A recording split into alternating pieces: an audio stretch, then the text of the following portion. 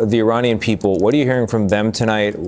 We know they're celebrating. What's the feeling? It's an incredible dissonance that they had to choose war over a regime, but they were willing to do it. Thank you, Donald Trump. Thank you, Benjamin Netanyahu. Thank you, America. It's not death to America after they killed the leader. The Americans and the Israelis did it.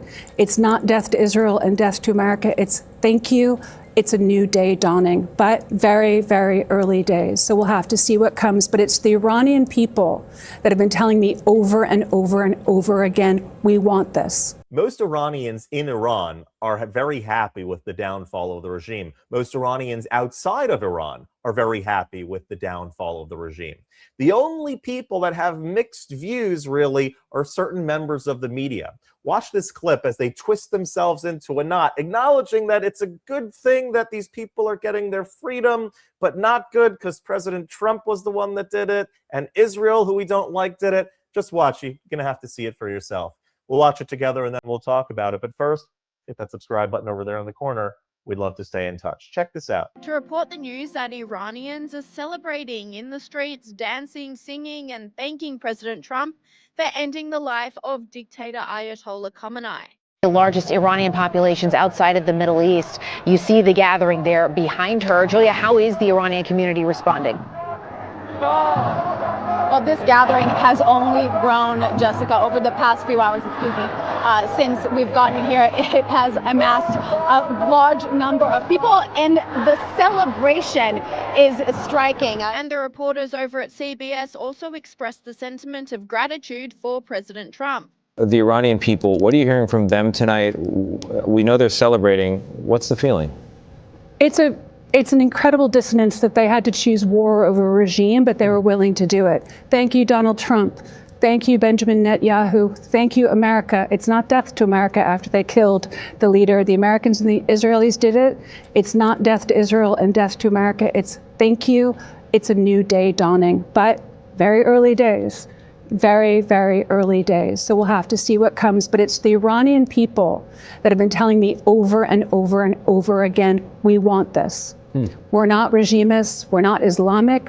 I don't even say, oh my God, to my Iranian friends because they don't want God to be any part of this. But in Austin, it seems a CBS reporter went rogue and covered a celebration despite being told not to. What does that mean? It means they don't want us to focus on this.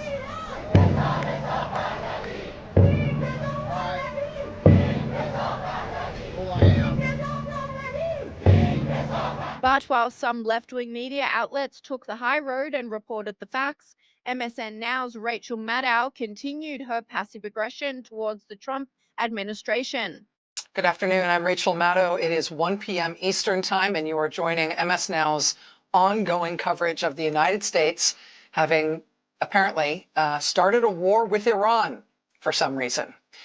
Your guess, your personal guess, sitting at home watching me right now, your personal guess is as good as any as to why the President of the United States has just started this war.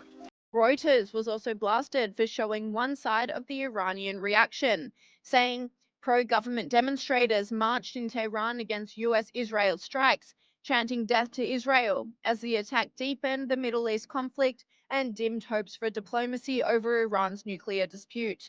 Online commentators criticized the news outlet, with this person saying, "What is up with Reuters running propaganda for the Iranian regime?"